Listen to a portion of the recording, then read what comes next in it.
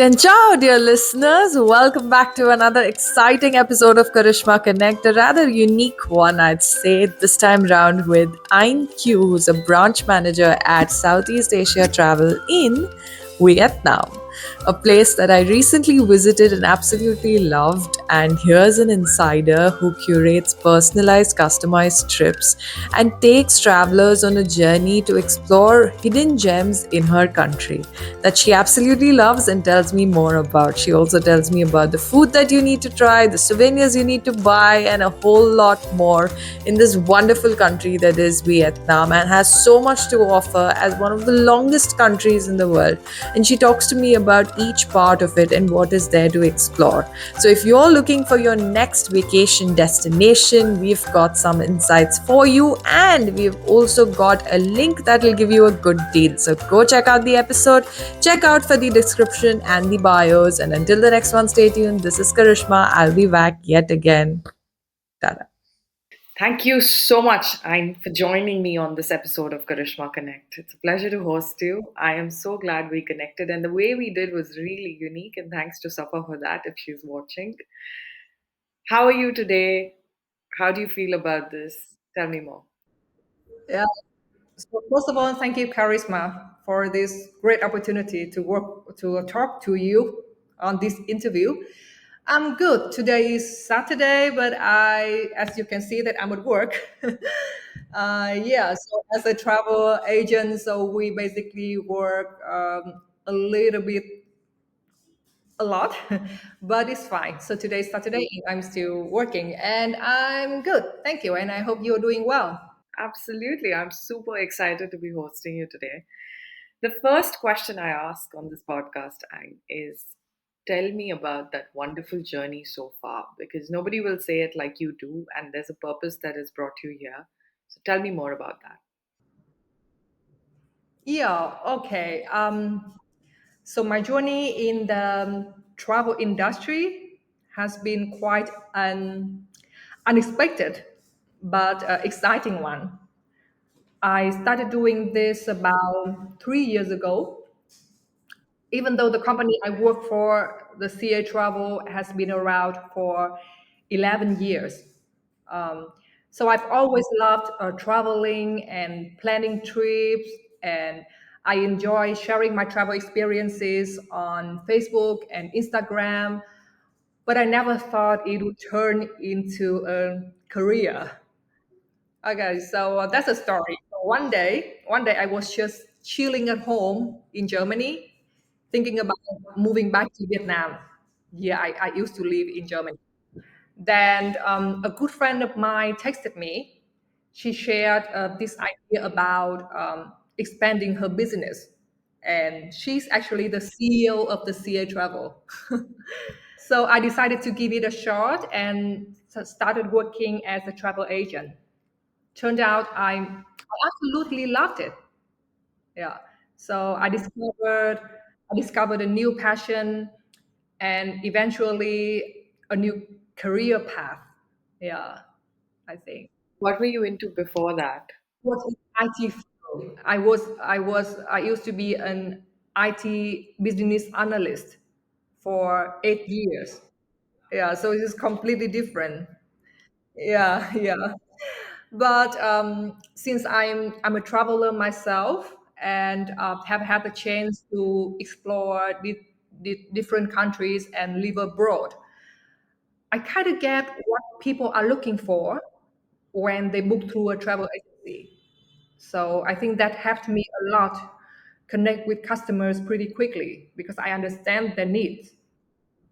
And also, thanks to amazing services and products from CA Travel, my work and my goals have grown pretty fast.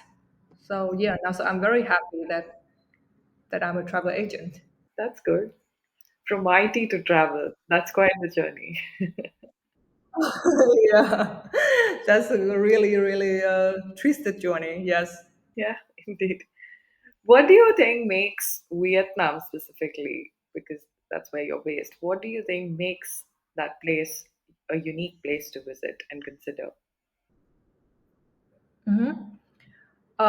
So our country is absolutely special because it's incredibly diverse, from mountains to beaches, vibrant cities to peaceful countryside. And the food is also very amazing, and the country is rich, and people are friendly. So it's the kind of place where every trip feels like a new adventure. And I think plus is Vietnam is so affordable and full of hidden gems to discover. Yeah, so that's the thing. I think the most important things why make my our country a special place to visit. And I felt like when I visited recently, and you know about this, I felt like it was a place where you could almost instantly find a sense of pause and just like everyone's going and everyone's doing their daily jobs and everything, and everyone's hardworking. And even it's fascinating to see that even the older population is out there doing their best and um, thriving. But at the same time, there's this sense of calm, there's this sense of pause that you can observe. And I think that kind of instantly hits you, especially when you're coming from a city like Dubai, where you're running every day at rocket speed. You feel like you leave feeling calmed down, basically. I think that's also unique. Yeah. So yeah, so Vietnam is perfect destination for you. Relaxing, yes. Yeah, yeah, relaxing, right? And also like adventurous, not only relaxing. Yeah. That's the case. Yeah. Yeah. Tell me three things people don't typically know about traveling to Vietnam because you're the insider. About the travelers, when they already know about like getting to know about Vietnam. So I can list three things that travelers often don't know about us. Um, so firstly, like Vietnam is way longer than people think. It's not big, but it's long. It stretches over 1.6 thousand kilometers from north to south. So that means the culture, the landscape, and even food can change a lot depending on where you are. So planning your route carefully really matters. Yeah. And secondly, the weather isn't the same everywhere. So people something think, yeah, it should be like it may like Thailand is hot all the time, but no. Why it might be sunny and warm in the south, it could be cold in the north, and especially in the mountains like Sapa. So a lot of travelers don't expect to need a jacket in Vietnam, but sometimes you do. That's true. Let me know that. That's so true. And I feel like it changes on a daily basis because when I came, it was supposed to be hot. We thought, oh, it's gonna be hot. We're gonna take like light clothes. The next thing I know, it's become cold. But thanks to you guys because you have some of the best jackets. Yeah, so that is a good thing. So you maybe you just I always ask my customers, of course, based on like when they arrive, I just say, hey, maybe you should put a jacket in, yeah, in your luggage just in case. Yeah, and the third, I think, is about street food. I know that's a street food. I mean, like so many people are afraid of street food, but in Vietnam, street food is seriously a next level. Some of the best meals you will have are right on the sidewalk, sitting on tiny plastic stools. And yeah, so I think just follow the locals and go where it's busy, then it's going to be safe, and it's always a good sign of the good food. Even the cafes, right? It was so beautiful to see some of those cafes with, with those small chairs outside of them. And I was wondering, I was like, how do they have so many cafes? Why are they so into the coffee culture? That was a question that came to my mind. Then I was told about the egg coffee and all of that. So. Yeah, the coffee is in the north, or like you go to the south, you go to the central, you have a salt coffee and maybe coconut coffee. So yes, we are very famous with coffee, and we are very proud of it. So coffee in Vietnam is amazing. I have never heard from anybody said like any like disappointed about coffee in Vietnam, except the people who cannot drink coffee. Yeah. But is there a history to that? Like, why is coffee so deep rooted in your culture? Is there some background to that? Yeah, because we plant coffee beans, coffee trees, and we actually like one of the biggest country to export coffee beans to the over the world. So and the coffee in Vietnam has a very strong flavor according to foreigners. Yeah, so I used to live in Germany, so I know how strong of the coffee in Germany is, and people say the coffee in Vietnam is very strong. But I think like because we plant the coffee being treated very easily in Vietnam, and we know because of the climate, so it's just perfect for the coffee and the taste. Are there any other places, because you cover Asia completely? So tell me, are there any other places that you also recommend um, going to? Asia is such a large region. Yeah. So it's a bit tricky. Yeah, so it's a bit tricky to answer that question. I think I would like to make it more specific. So I we should focus on Southeast Asia. Yeah.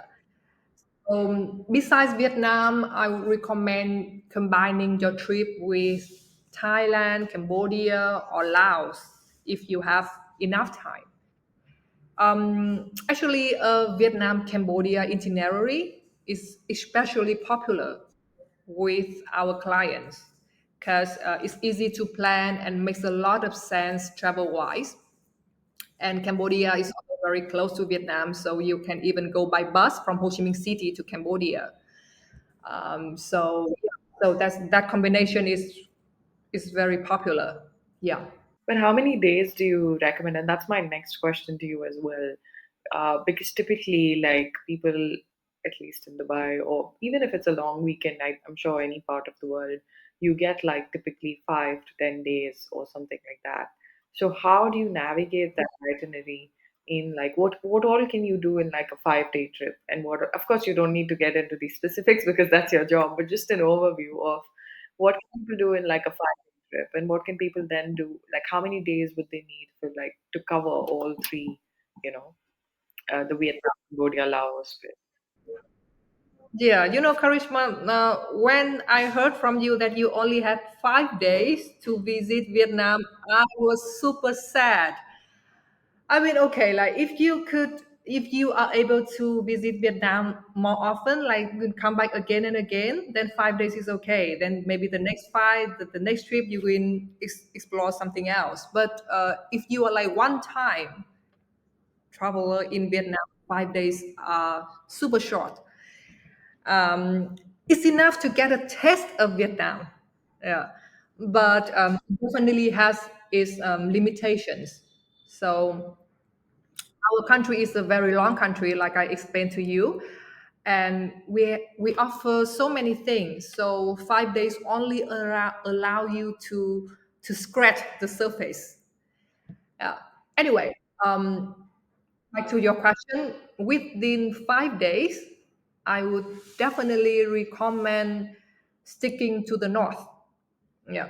So places like Hanoi, Halong Bay, and Ninh Bình are all close to each other. So you can see a lot without wasting too much time traveling.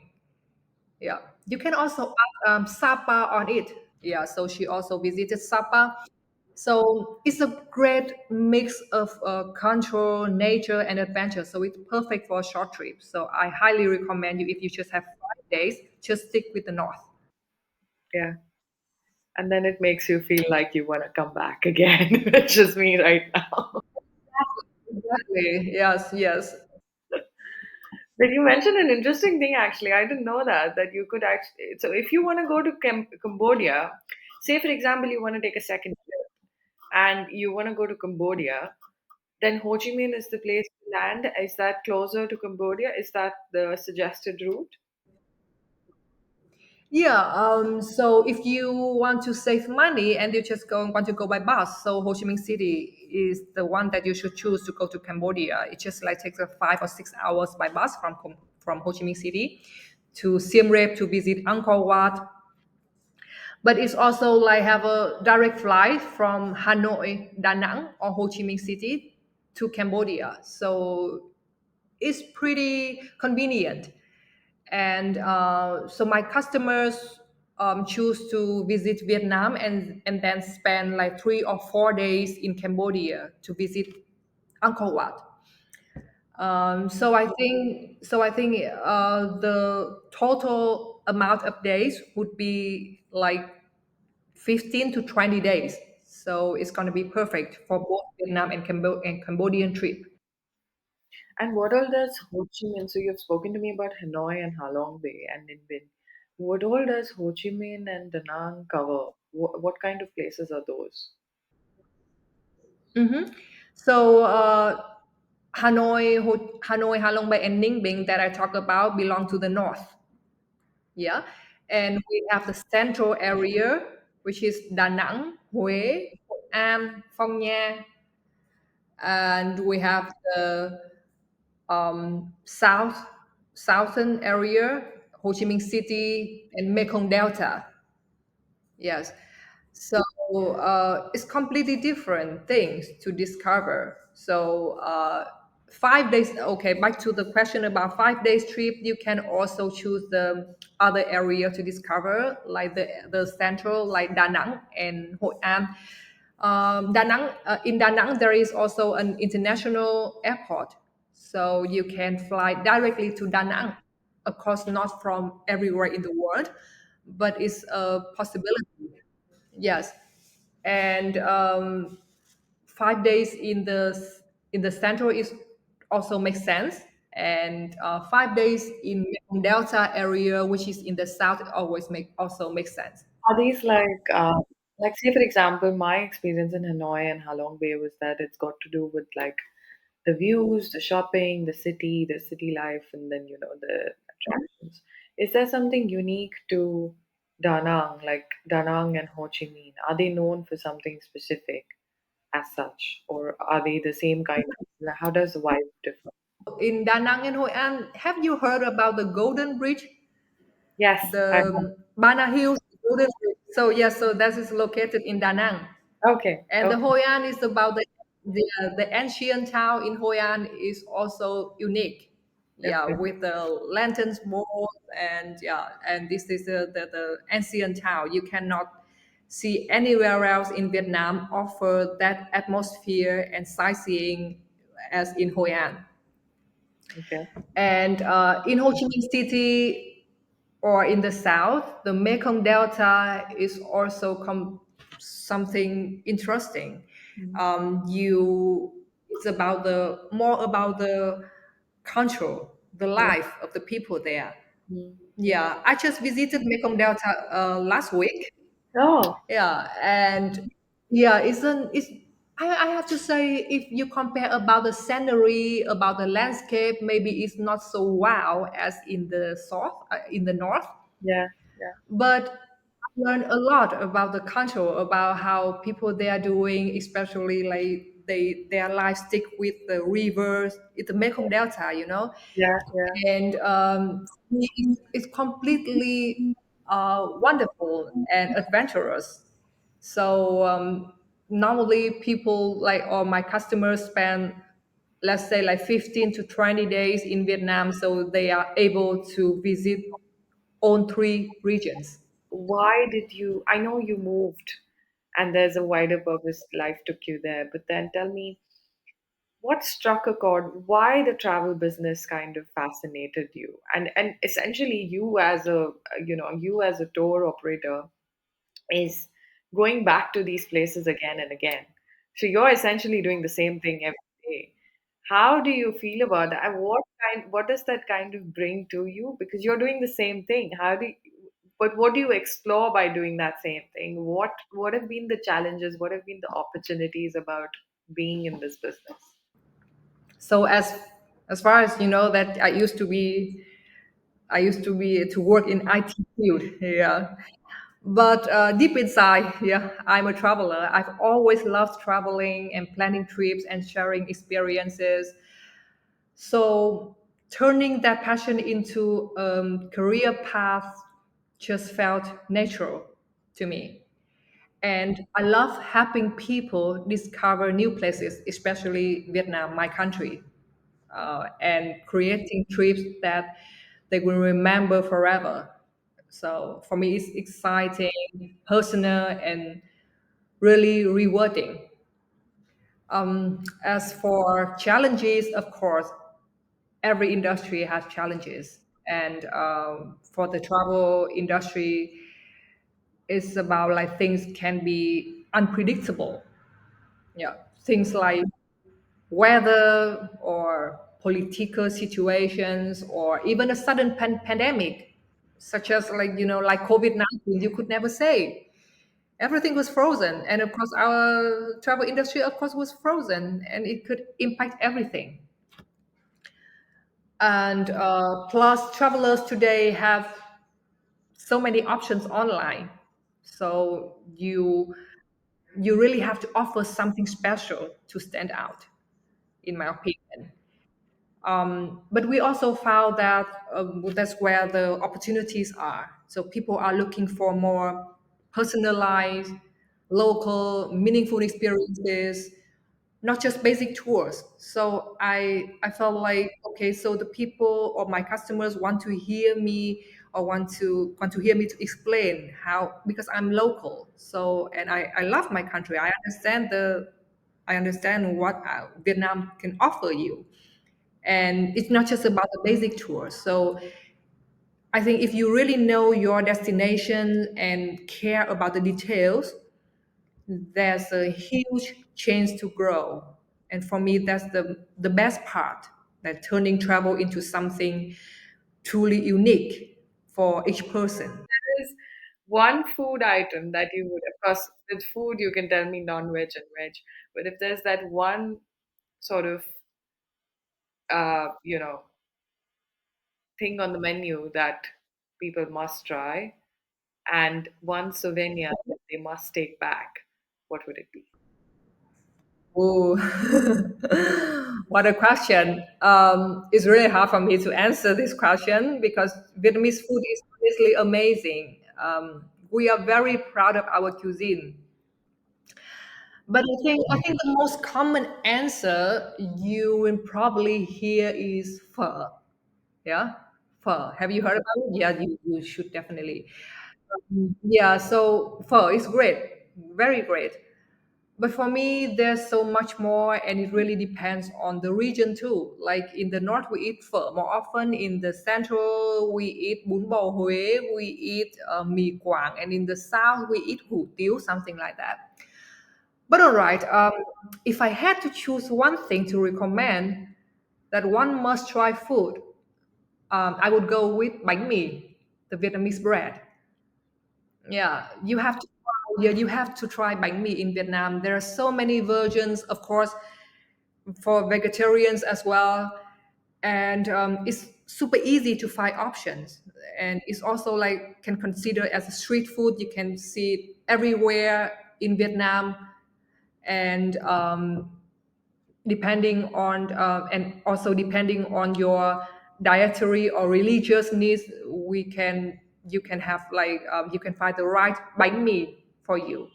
Yeah, like no pork or no meat, something like that, or just with mushroom, something like that. There are so many various options. For souvenirs, oh god, um, I always recommend for souvenirs. I always recommend visiting local market, or handicraft village. Yeah, so you can easily find handicraft villages in Hanoi or Hoi An. So I would say like you can check out some stuff like handmade stuff or silk or pottery. But if you tell me one thing that you like, if I could choose just one, then I would say grab some Vietnamese coffee beans. Yeah. So yes, and because they are easy to pack and everyone loves them. So I would say coffee beans. Yes. Souvenir. What is the best season, and when do you recommend? Best season. Okay, so honestly, Vietnam's beautiful all year around, but the best time really depends on where you are going.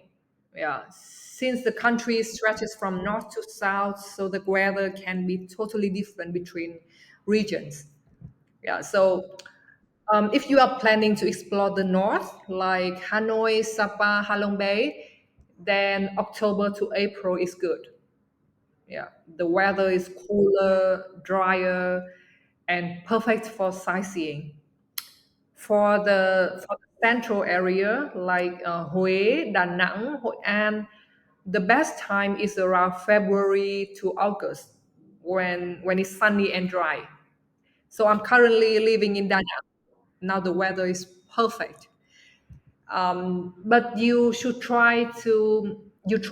just try to avoid the rainy season in the central region, which is from September to November. It's not nice.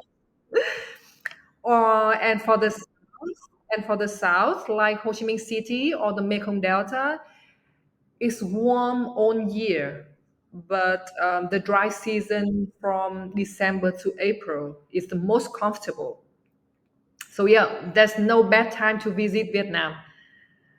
But based on my work experience, the peak travel season in Vietnam is from December to April. Yeah. So during this period, we have a lot of customers, and they usually travel across all three regions of Vietnam within like 12 to 20 days. So the weather should be good enough. Yeah, from December to April, I would say yes. Thank you so much, Ayn, for taking me through your beautiful country in this 20 minutes of sorts interview. It really means a lot. Pleasure. I hope you enjoyed it as much as I did. I really look forward to sharing it with the audience, and I hope many more people come in, explore the cities and the country with you. Thank you so much once again. Yeah, thank you for being such a very, very sweet customer of mine. And yeah, thanks again for inviting me to an interview today. And I was able to share more about my country, my beautiful country, to your audience. And what should I say? I just want to say, welcome to Vietnam. Just grab your luggage, just grab your things and travel here. The one thing I learned, and I will say to end this interview, is come earned for coming on Karishma Connect. Like, cảm ơn, yeah, thank you. Your Vietnamese is much better. It's not that hard, right? Cảm ơn, yeah, cảm ơn. Yeah, Thank that's you what very I much. do.